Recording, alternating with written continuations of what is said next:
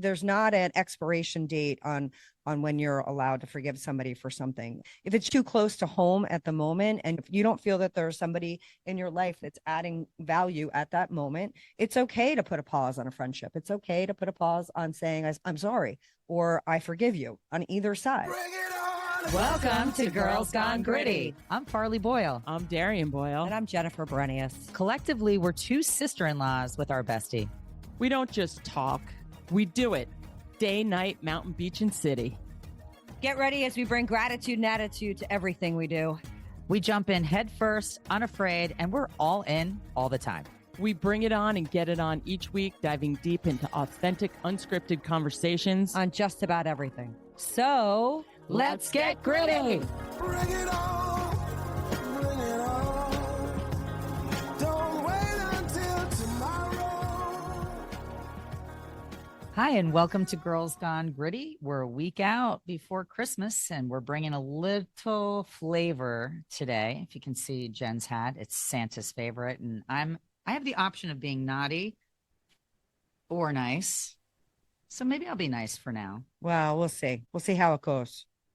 She can turn on a dime if she wants to. That's the fun thing about that. Kind of feel yourself up too.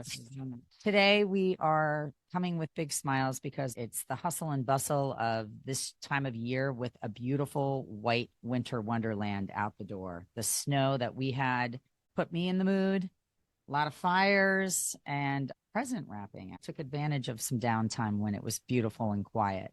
It gives people permission to not do things. It gives people permission to do amazing things. We both took a hike in the snow, which was quiet and still, and the sky was so blue. And literally, I felt like it was a simulation. That's how beautiful it was. It was so beautiful. It was like 30 degrees, so it was warm. We had a massive snowball fight, which was hysterical, including beaming Moose, my dog. We captured that. I might have to post that video. It's very funny. So fun. But the season of being in the mood can be challenging because sometimes you're put into social situations that you don't really want to be in, or you're dealing with somebody that maybe you've had past issues with. And we've covered this in our episodes prior, but we're really going to dive deep today into the sorry. But before we get to that, we have Jen with our top 3 headlines. First one, if you're in California, you know about this. Waymo delivers an early Christmas gift, a baby in one of the self-driving cars, as the data showed unusual activity in the back seat. First of all, having a car that drives itself scares me. Secondly, the fact that they're watching everything that we're doing in that car. You know, if you're getting busy in the back seat, look out. The fact that she's having a baby in the back seat, maybe it worked out for her, but when aren't we being watched? Yeah. And to be perfectly honest, how does this person who's pregnant get in a driverless vehicle? That would be the last thing that I would do. I would want a human being, if I'm potentially going to give birth to a baby. She's going to tout it as a great thing because it probably went right to the hospital. I don't know. This tech is crazy. All right. Number 2, speaking of tech, are diamonds still a girl's best friend, even if they're grown in a lab? I think there's going to be a lot more drip. Everywhere you look, people are going to be blinged out because they're so much more affordable. And in the big picture, does it really matter if it's lab grown or not? The non-lab grown are always going to hold their value. But when you're walking on the street or you're at a party or you're just cruising around and you have diamonds on you, who's going to discern the difference? It's a double-edged sword because part of it is you want to have something that you're not worried about losing. You know, if you have a 2-carat diamond ring, they can run upwards of, $20,000, and the lab grown ones can be around $5,000. So God forbid you lost it, or even worse, it got stolen. You obviously have less of an investment, but it's getting to a point where you don't know what anything is real. How do I know it's real? That's what made diamonds special. And that's what made people hold out or wait for the engagement ring. I just feel like it's going to oversaturate the market. But I think that they can become girls' best friends readily, easily now. She can have a lot of them. Your alternate best friend. You have multiple best friends. Exactly. It's a good thing. And number 1, a stiff arm with a smile. The Indiana quarterback, Fernando Mendoza. He's our Heisman Trophy winner. Thank God. I feel like this kid is such a class act. It's the first time the Indiana Hoosiers have ever won a Heisman. He had a perfect season. He dedicated his Heisman Trophy to his mother, who has MS and has been a symbol of strength. She never complains about her situation. And I have watched the family dynamic. And of course, the public voted for this class act who gives props to his mom for making him who he is today. Yeah. And he had 2,392 votes compared to Diego Pavia's middle finger that he gave to all the voters on his social media account. He never made it about himself ever. The energy in which they created this team and the coach from JMU, and unsung on so many levels, who built this dynasty now that now rivals their basketball team, is going to be so much fun to watch the next few years, because they're not going anywhere. They're actually almost the antithesis of the NIL. They want to build a program. And I love that.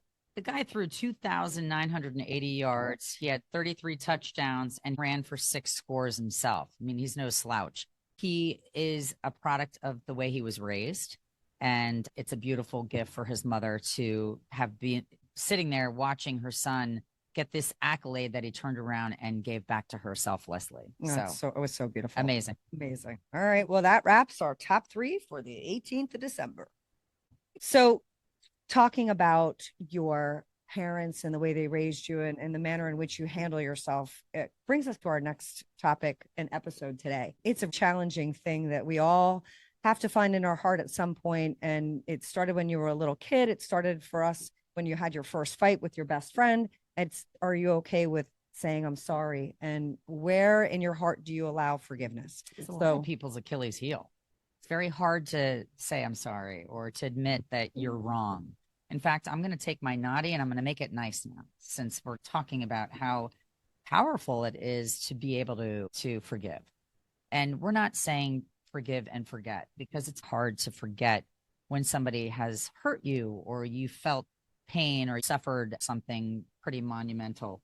But it is very good to accept, turn the page, move on, and allow forgiveness to enter your heart. Living with the adverse requires a lot of energy, and it's an energy sucker. So I think what we want to explain, everybody knows what forgiving is, but it's a conscious decision to release resentment and negative feelings towards someone that has wronged you. So you are making the decision, okay, you know what? I'm going to forgive this person. And it's a big decision to make. It's a powerful internal process for personal liberation and peace. Does not mean you reconcile or you excuse or you forget.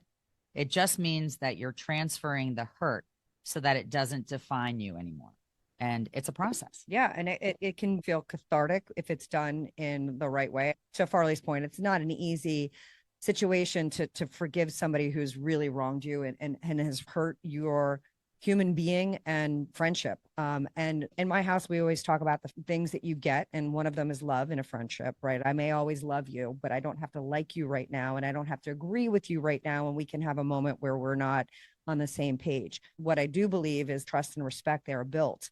And when that has been eroded in a friendship, it's sometimes hard to get past that. And getting past that is what we all want, because if you do have time to spend and you're letting things that happened in the past hold you back, and it's in the back of your brain, and you're not able to consciously be present with that person because you're thinking, geez, the last time I was with them, they did not act as a friend would. But how do you get past that? How do you work through that? We've talked about this with family and friends. I'm going through something right now that's pretty interesting. I lost a friendship at my wedding. It was 25 years ago. I had somebody that was very near and dear to me that came to my wedding with energy that I did not need present at my wedding. I just couldn't make it about other things. It was about my husband and I getting married, and I didn't want to bring in any other dynamics. That should not have to be said. Red flag number 1. You're inviting somebody to your wedding that is not making it about you. Well, That's, what I will say is I had 2 very, very close friends, and one friend dated somebody for, let's call it 10 years, and they were no longer together. And my other friend started dating this person and actually ended up getting married to my my original friend's boyfriend. It's complicated, and they're still married to this day. So it was meant to be on many levels, but it just didn't need to be showcased at my wedding. And the two of them would have been my maids of honor, but I couldn't have them standing up there next to each other with weirdo energy looming on my wedding day. I had to make a decision. And the decision was, you're happily married and you just had a child. So I'm going to bestow the honor on the other friend that was being a big person on some level, because she had to suck up the fact that friend number 2 married her boyfriend of 10 years plus. So that was one little complication. But then some of the behavior spilled into the events of the day. And I did not allow this person to bring their child to a black tie wedding. And I felt like that was going to be another jab at friend number 1. First of all, there aren't children and infants coming to black tie weddings. And secondly, in this particular situation, it would have been hurtful. And that was not what my wedding was about. So I had to draw a line in the sand. And from there, that line just kind of got blurred and ugly. And we ended up not speaking post-wedding for 25 years. And this person lived with my family and was very close to my parents, and we were like sisters. But on one of the most important days of my life, if you can't show up and be truly organically happy for me and make it about what you are attending instead of all the baggage at that moment, it was something that was easy to walk away from. And I really never looked back. And we ran into each other at an all-class reunion recently. I didn't think I would see her. It didn't even factor into my brain. And when I saw her, I almost didn't recognize her at first. But then when I did, I was happy to see her because we grew up together. So it was nice to run into her, and we spoke briefly. And then we were kind of magnetized to each other for the rest of the night, even though we weren't hanging thick as thieves. And we're in this process right now of totally unraveling without having a discussion about anything serious. But do you go backwards to go forwards? Do you go backwards and discuss what happened to dissolve the friendship? Because when you look at the stages of forgiving, number 1 is recall. So I am recalling what happened 25 years ago. Number 2 is to empathize what she might have been going through at that moment and not make it just about me, even though it was my wedding day. I'm in a different place right now where I can go back and I can analyze why she might have wanted to show up with her child and be front and center next to Jen. I understand it more so now. Number 3, commit to what type of a decision you're making. Are you willing to forgive and let bygones be bygones? Or are you going to get everything all stirred up again and get crazy and then cause even more hurt and pain? Number 4 is let it go. Mm-hmm. Are you prepared to let it go? And number 5 is forgive. So I feel like I'm in the recall, empathize, commit, let it go phase. But part of me does want to communicate so that we could understand both sides. And it's not fresh paint. It's something that we can both step back and explain what her side was and what my side was so that we can understand each other. And it's not as painful. It's not like putting salt in the wound because it's 25 years ago. And really, life is about forgiving. It truly is. If you are a Christian, then that's something that God expects. And I am definitely a Christian, and I have forgiven some big things in the past. And I wear a smile on my face, and I don't bring it up all the time. I think I'm very capable of forgiveness. And to your point, forgiving is not necessarily forgetting, and forgiving is something that we aspire to, but it doesn't have to be something that happens right now. There's not an expiration date on when you're allowed to forgive somebody for something. If it's too close to home at the moment, and if you don't feel that there's somebody in your life that's adding value at that moment, it's okay to put a pause on a friendship. It's okay to put a pause on saying, I'm sorry, or I forgive you on either side. It's complicated when you have limited time, effort, and energy on things. And there's a situation where you feel like you have to come back and revisit it all the time. That can be a lot of work that maybe you're just not ready for. You don't have to rush. It's a process. It feels like the stages of grief where you have to acknowledge how you're feeling. My father just move passed, through and it. she was very, very close to my Mhm. parents. And so I think that that's also something that is bringing us together, because, of course, she would be very saddened by hearing that I lost both of my parents in the last 18 months, but she didn't know it when it happened. So a lot of times you get that phone call out of nowhere from somebody on big monumental moment when somebody passes or of that nature. It didn't happen like that. It happened more organically, to tell you the truth. But I have had situations where in the moment it was too much and the person was not willing to have a conversation to try to understand what had happened, because she was too close to it at that moment. And we did lose 3 years of a friendship, but we circled back and we're in a great place now. And I had another friend, and I'm somebody that has my same friends that I've had my entire life. I don't fight with my friends, but one of my closest friends who was in my wedding. She only had one. I only had one wedding. I had two You're welcome, Pat. bridesmaids. And the other bridesmaid that replaced my friend number two, when she got married, her husband was not a huge fan of me because I reminded him of everything that she stood for prior to them being married, which was just fun and freedom and normal stuff. And he did not allow her to be friends with me for almost 17 years. And it was because I was pregnant. They were trying to get pregnant. She was Catholic. She married a Jewish man. And somebody had just given me an Elsa Peretti cross, a little Elsa Peretti necklace. And I wore it for a week and I got pregnant. And I thought, man, this is a good luck charm. And my girlfriend was raised Catholic her entire life. And it wasn't even like this religious thing. It was more like, I got pregnant within a week of wearing this. I'm sending it to you. Hopefully it'll work for you. And her husband took it like I was an anti-Semite, which was terrible because I'm so not. I welcome everybody in my life. I like all kinds of people. I'm not a bigot. But in that moment, he prevailed. And it took us 17 years to recross paths. And it was meant to be the way we did.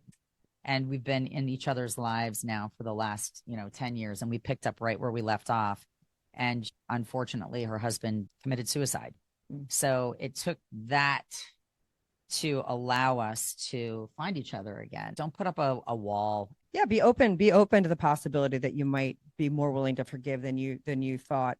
Having said that, even though you can put a pause in forgiveness, just know that you never know what tomorrow brings either. We never know when any of us is going to be no longer available in any capacity. And you may not have tomorrow to say you're sorry. So you do have to weigh the importance of the relationship, the friendship, the family member into your day-to-day life.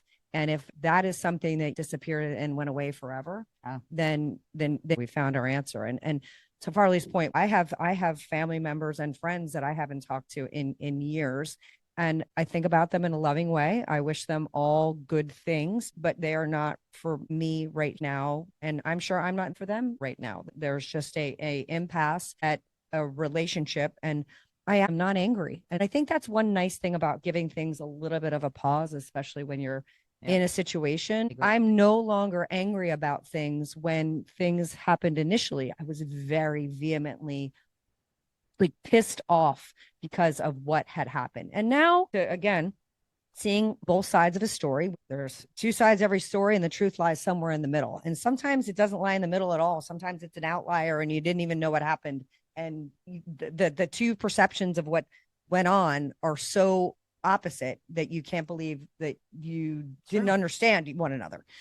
Communication is key. Farley and I have had situations where we've gotten to a little bit of a battle because we've been texting, and the texting the tone is really hard because very easy to misconstrue. Very easy. So if you are at an impasse with somebody, I would say make sure your text isn't 10 lines long and ramble, because you don't know what the other person's brain is that's reading it.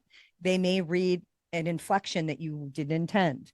They may think it's being very short when you're trying to be matter of fact. But I would say, if you need to put a pause in it, put a pause in it, put your phone down, Don't make a knee-jerk reaction via text. Don't do a post Oh my that can gosh. be Reactionary. Sleep on it for 24 hours. I am definitely a reactionary person because I'm so honest. It's like what you see is what you get. If I get hurt, it's like I just got jabbed. You know, I can't fake it. And I can't hold my breath and say, okay, I'm going to not say anything for 24 hours, which is a very good rule of thumb. But I'm also somebody that likes to just go right at it. If there's a problem, I want to address it because I think too much time makes a little problem become a big problem. And I like to, you know, grab it by the bullhorns and address it immediately and make it go away within a day or two if I can, because that's just my nature. well, and you don't want to hold on to it because that's also who you are. And I feel the same because I will hold on to it and I can feel it. I'm very in tune. I can feel it in my body. And I tend to hold things in my heart chakra. And I literally feel like somebody's sitting on my chest when I'm in a situation like that. It feels terrible. And then it also dilutes every other interaction I have after that because I'm remunerating on the conversation and wait, how did it get from point A to point B to point X, Y, P, D, Q? It's toxic energy. It's negative energy. Maybe one of our New Year's resolutions, all of us across the world, should be to own it, to be able to say, I'm sorry, and not look at it like it's the hardest thing to do. Right. And be careful with, I'm sorry you feel that way. Oh, please don't do that. Please don't give me that underhanded, what is it called when you're backhanded compliment? It's a backhanded compliment. Not really, no, though. It's passive aggressive. It's passive aggressive. That actually will stoke a flame in me even more. If I can tell that you mean it or you don't give me lip service and try to pacify the situation. I will know in a second. One of my favorite songs is Don Henley's The Heart of the Matter. And I'm just going to read one of the lyrics that applies to all of us. There are people in your life who've come and gone. You know they've hurt your pride. You better put it all behind you because life goes on. You keep carrying that anger and it'll eat you up inside. And that's what we're talking about.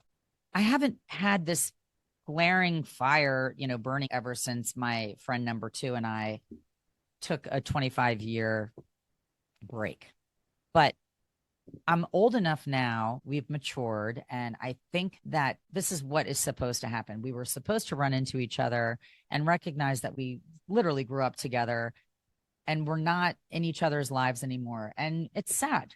It's time to have a conversation and move in a different direction. And if you're lucky enough, you'll be able to do this with most people that you have conflict with. And if you're not, then trying to bury the hatchet can be a very painful, long nightmare. And it's so much easier to own it and apologize, or even to just to have a conversation to say, we are worth trying to resolve things, whether it's your friendship, whether it's a marriage, whether you're working peers that sit next to each other in a cubicle and you're going to have to continue looking at each other every day. Maybe you're going to agree to disagree, but it's the nicer way to just be open enough to have a conversation to try to resolve whatever caused somebody else pain. Yeah, because be the bigger person. It's important to understand that we will never know somebody's true backstory or where they came from just before you walked into the room. There are so many issues that people hold on to that you will be unaware of. And even some of your best friends, you may not know what's going on in their lives. They may not be at a place where they want to share everything. So there's more to the story most of the times when there's toxic things that happen between people that are close. You have to be, evolved enough to look past it, recognize, hey, it can't be fixed. The damage is done. I got really hurt and my feelings, definitely are hurt. You hurt me to my core, but I like you enough. I love you enough. I care about you enough to say, okay, but I can live with this and I can put it over here. I can, put it in my filing cabinet and shut it and continue to move on. Mm-hmm. And if you are an evolved person, you can try to find that within you. It's there. Let that flame ignite.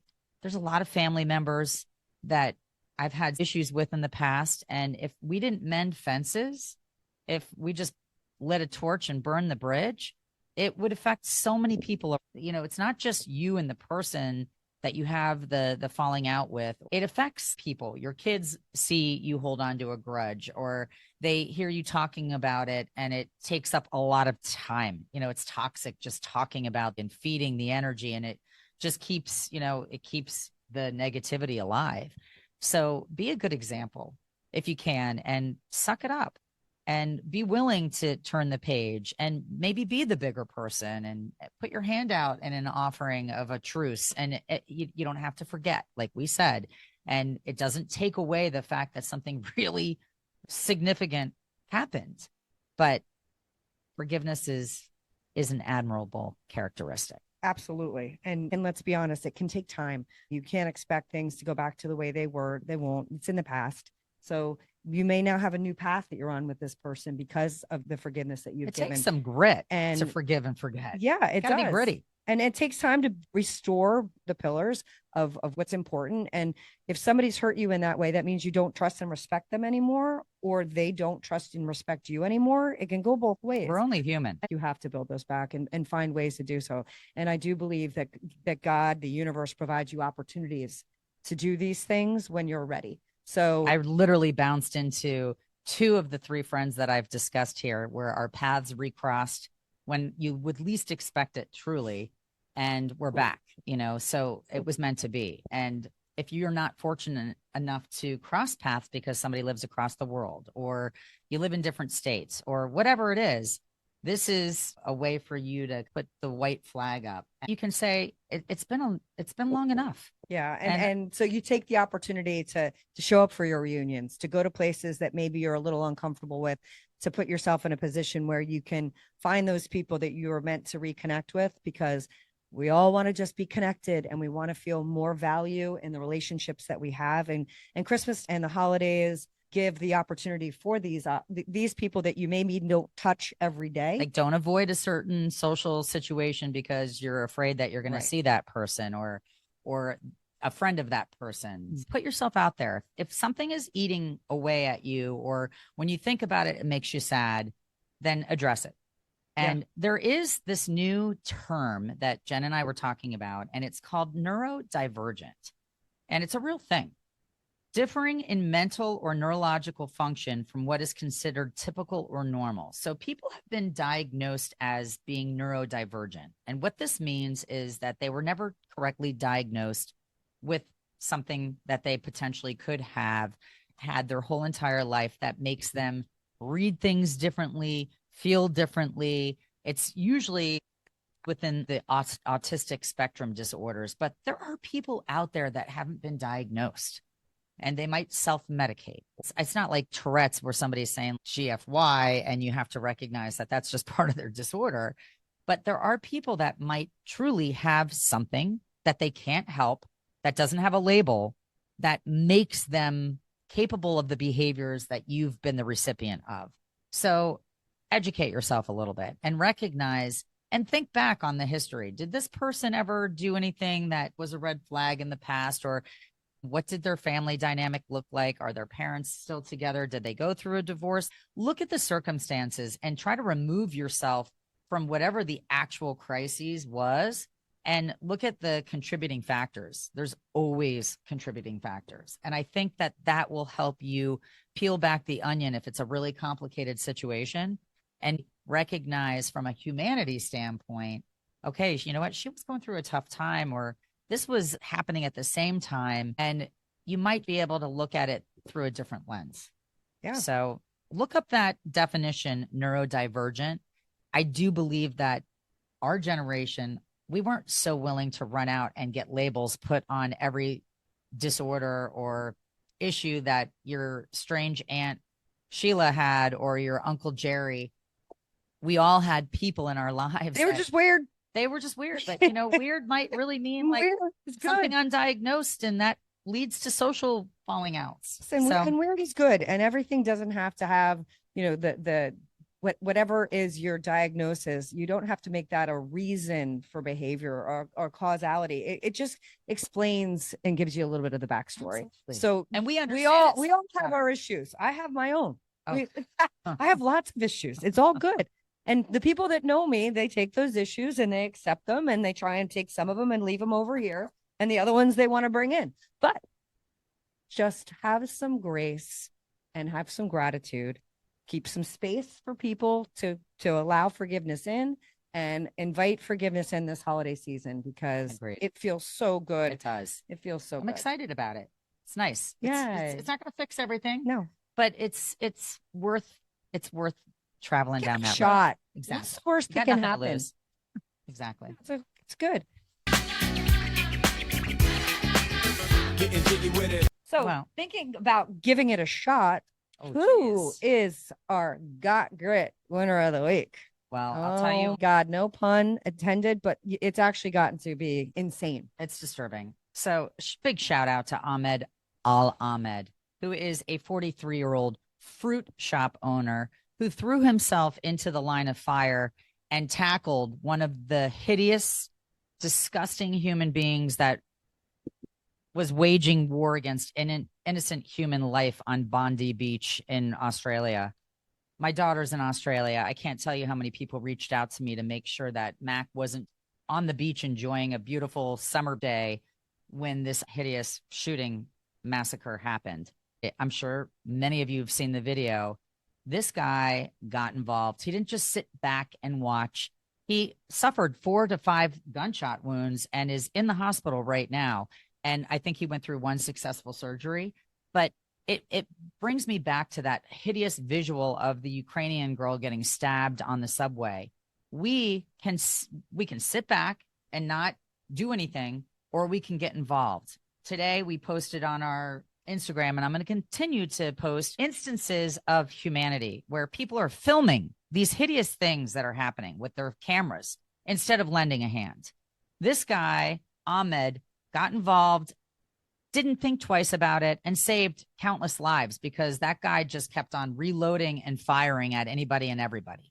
So hats off to somebody that decided to take a stance, even if it meant, look at Todd Beamer. You look at 9/11, you look at these heroes that gave their lives or jumped in to help save other lives. And to me, that's a true hero. So I feel like, Ahmed, thank God for you.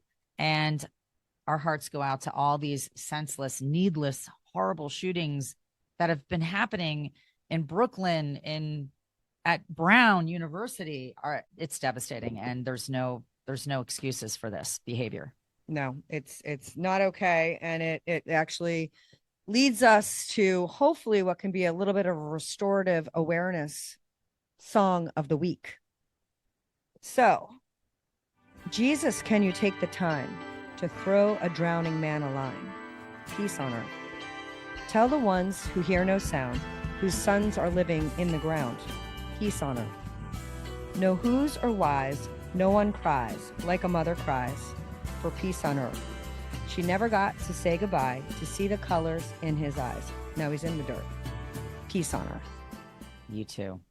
They say it exactly the way it needs to be said. It's an incredible song that touches on a lot of the topics that we talked about today all year long. It doesn't have to be that difficult. Treat as you'd like to be treated. Treat others with respect. Forgive. And forgive and understand we only have this one life, and we need to treat life with the sanctity and the gift that it truly is. And we need to stop hurting one another with words to start. We need to start being encouraging with our words, because it starts with your words, and your words lead to actions, and your actions are powerful. So we want to thank you so much for listening and tuning in this holiday season. We're going to be here on Christmas. Don't forget to tune in on Christmas Day. We'll have a little fun, a little fire, little festivities. Maybe even we'll have a little holiday cocktails. I don't know. I think so. I think it that's has pretty to amazing. happen. I think that mending fences is gritty. So think about a fence that needs a little bit of a repair and make that your target for 2026. Doesn't have to happen tomorrow. Just start thinking about it. Well, and to Farley's point, if you have somebody that you want to mend a fence with, just shoot them this episode. Have them take a listen, and maybe that's the catalyst in which you create those beautiful moments with people that you know, love, and trust, and that need to be back in your life. So thank you so much for tuning in. We appreciate you sharing and amplifying our message with people that you think need to tune in and be gritty. Thank you for tuning in to another episode of Girls Gone Gritty. You can check us out on Instagram and Facebook. If this episode hits home, Share it with someone who needs to get gritty. The 3 Gs. We'll see you next week. Peace out.